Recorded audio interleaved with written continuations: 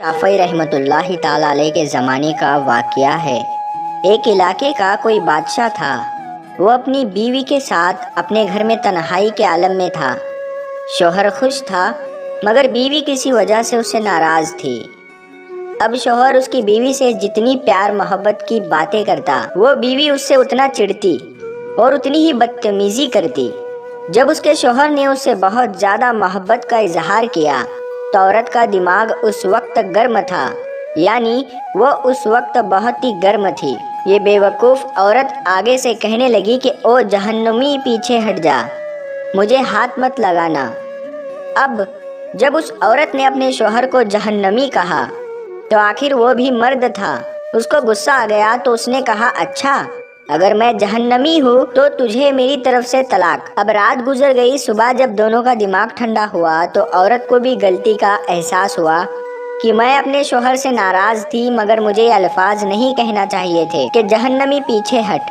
میں نے تو اب یہ غلطی کر لی اور اپنے شوہر سے پوچھنے گئی کہ جی کیا مجھے طلاق ہو گئی؟ اس کے شوہر نے کہا، پتہ نہیں، شرط یہ تھی کہ اگر میں جہنمی ہوں تو تجھے میری طرف سے طلاق، لہٰذا مجھے علماء سے پوچھنا پڑے گا۔ شوہر نے سارے علماء کو بلایا۔ علماء کہنے لگے، اس کا جواب تو ہم نہیں دے سکتے، اسی لیے کہ اب کون گارنٹی دے سکتا ہے کہ آپ جہنمی نہیں ہیں؟ کون فیصلہ کر سکتا ہے؟ یہ تو قیامت کے دن اللہ تعالیٰ فیصلہ کرے گا۔ لہٰذا اس کے بعد سینکڑوں علماء سے رابطہ کیا گیا مگر کوئی عالم اور کوئی مفتی اس کا جواب نہیں دے پا رہا تھا، اور بادشاہ پریشان تھا۔ وہ اپنی اتنی خوبصورت بیوی کو طلاق نہیں دینا چاہتا تھا، بیوی بھی اب طلاق نہیں لینا چاہتی تھی۔ چنانچہ امام شافعی رحمۃ اللہ تعالیٰ علیہ کو کسی نے بتایا کہ حضرت فلاں علاقے میں یہ واقعہ پیش آیا ہے۔ انہوں نے فرمایا کہ مجھے وہاں لے چلو، میں اس سوال کا جواب دے سکتا ہوں۔ چنانچہ امام شافعی رحمۃ اللہ تعالیٰ علیہ آئے اور بادشاہ سے پوچھا کہ کیا واقعہ پیش آیا۔ بادشاہ نے بتایا کہ اس طرح میری بیوی نے یہ الفاظ کہے اور میں نے اس کے جواب میں اپنی بیوی کو یہ الفاظ کہے، اب بتائیے طلاق ہوئی یا نہیں؟ امام شافعی رحمۃ اللہ تعالیٰ علیہ نے فرمایا کہ بادشاہ سلامت، اس کا جواب دینے کے لیے مجھے آپ سے تنہائی میں کچھ باتیں پوچھنی پڑے گی۔ اس نے کہا، ٹھیک ہے۔ چنانچہ امام شافعی رحمۃ اللہ تعالیٰ علیہ نے اس سے کہا، بادشاہ سلامت، مجھے آپ کی زندگی کا کچھ ایسا واقعہ بتائیے کہ جس میں آپ گناہ کرنے کا موقع رکھتے ہوئے بھی گناہ کرنا آپ کے لیے آسان ہو مگر اللہ تعالیٰ کے ڈر کی وجہ سے آپ نے اپنے آپ کو بچایا۔ کیا کوئی واقعہ آپ کے ساتھ ایسا ہوا ہے؟ بادشاہ سوچتا رہا اور کہنے لگا، ایک دفعہ میری زندگی میں یہ واقعہ پیش آیا۔ وہ کہنے لگا کہ ایک دن میں اپنے دفتر کے کام سے فارغ ہو کر اپنے کمرے میں داخل ہوا۔ جیسے ہی میں اپنے کمرے میں داخل ہوا، میں نے دیکھا کہ محل میں کام کرنے والی لڑکی میرے کمرے میں ہے۔ وہ چیزوں کو ٹھیک کر رہی تھی اور بستر کو ٹھیک کر رہی تھی۔ جب میری نظر اس لڑکی پر پڑی تو وہ لڑکی بہت ہی زیادہ خوبصورت تھی۔ چنانچہ میں نے دروازے کو بند کر دیا۔ جب میں نے دروازے کو بند کر کے اس لڑکی کی طرف بڑھنا چاہا تو وہ لڑکی سمجھ گئی کہ میری نیت خراب ہے۔ وہ نیک تھی، پاک دامن تھی، تو میری طرف دیکھ کر اس نے کہا کہ اے بادشاہ، اللہ سے ڈر۔ تو بادشاہ کہتا ہے کہ میرے دل میں ڈر آ گیا اور میری آنکھوں کے سامنے میدان محشر کا منظر آ گیا کہ جب میں اللہ کے سامنے پیش رہوں گا تب میں اللہ کو کیا جواب دوں گا۔ اور میں نے دروازے کو کھول دیا اور اس لڑکی سے کہا کہ چلی جاؤ۔ حالانکہ میں اگر چاہتا تو اس لڑکی سے اپنی خواہش کو پوری کر لیتا، مجھے تو کسی نے پوچھنا ہی نہیں تھا، مگر اس نیک لڑکی کے یہ الفاظ میرے دل پر بجلی بن کر گزرے اور مجھے اللہ کا خوف آ گیا اور میں نے گناہ کے اس موقع سے بچنے کے لیے اس لڑکی کو واپس بھیج دیا۔ اور یہ ایک ایسا گناہ ہے جو میں کر سکتا تھا مگر اللہ کے خوف کی وجہ سے نہیں کر پایا۔ جب اس بادشاہ نے یہ واقعہ سنایا تو امام شافعی رحمۃ اللہ تعالیٰ علیہ نے اس سے یہ کہہ دیا کہ آپ کی بیوی کو طلاق نہیں ہوئی، اسی لیے کہ آپ جہنمی نہیں بلکہ جنتی ہے۔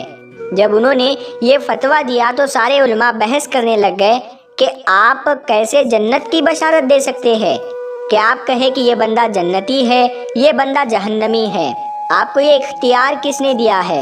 امام شافعی رحمۃ اللہ تعالیٰ علیہ نے یہ فرمایا کہ یہ فتویٰ میں نے اپنی طرف سے نہیں دیا، بلکہ یہ فتویٰ اللہ تعالیٰ نے قرآن مجید میں خود عطا فرمایا ہے۔ تو امام شافعی رحمۃ اللہ تعالیٰ علیہ نے کہا کہ قرآن مجید کی ایک آیت ہے، اور جو اپنے رب کے سامنے کھڑا ہونے سے ڈرا اور اس نے اپنے آپ کو اپنی نفس کی خواہشوں میں پڑنے سے بچا لیا، بس اس کا ٹھکانہ جنت ہوگا۔ اللہ نے جو کہ فرما دیا، میں فتویٰ دیتا ہوں کہ اس کبیرہ گناہ سے بچنے کی وجہ سے یہ بندہ قیامت کے دن جنت میں داخل ہوگا۔ جو لڑکیاں گناہ کی دعوت ملنے کے باوجود بھی اپنے آپ کو مضبوط رکھتی ہے اور اپنی عزت اور پاک دامنی کو مضبوط رکھتی ہے اور گناہ کی دعوت دینے والے کو انکار کر دیتی ہے، تو ایسی لڑکیوں کو قیامت کے دن جنت میں ڈالا جائے گا اور انہیں اللہ کا دیدار عطا کیا جائے گا۔ اللہ تعالی ہم سب کو پاک دامنی کی زندگی گزارنے کی توفیق عطا فرمائے۔ ایک مرد کا خواب ہوتا ہے کہ اسے ایک پرفیکٹ بیوی ملے، اور ایک عورت چاہتی ہے کہ اسے ایک پرفیکٹ شوہر ملے، مگر وہ یہ نہیں سمجھتے اللہ تعالیٰ نے انہیں ایک دوسرے کو مکمل کرنے کے لیے بنایا ہے۔ بیوی کی خواہش اور خوشیوں کا خیال رکھنا شوہر کی ذمہ داری ہے، کیونکہ وہ آپ کے علاوہ کسی سے نہیں کہہ سکتی۔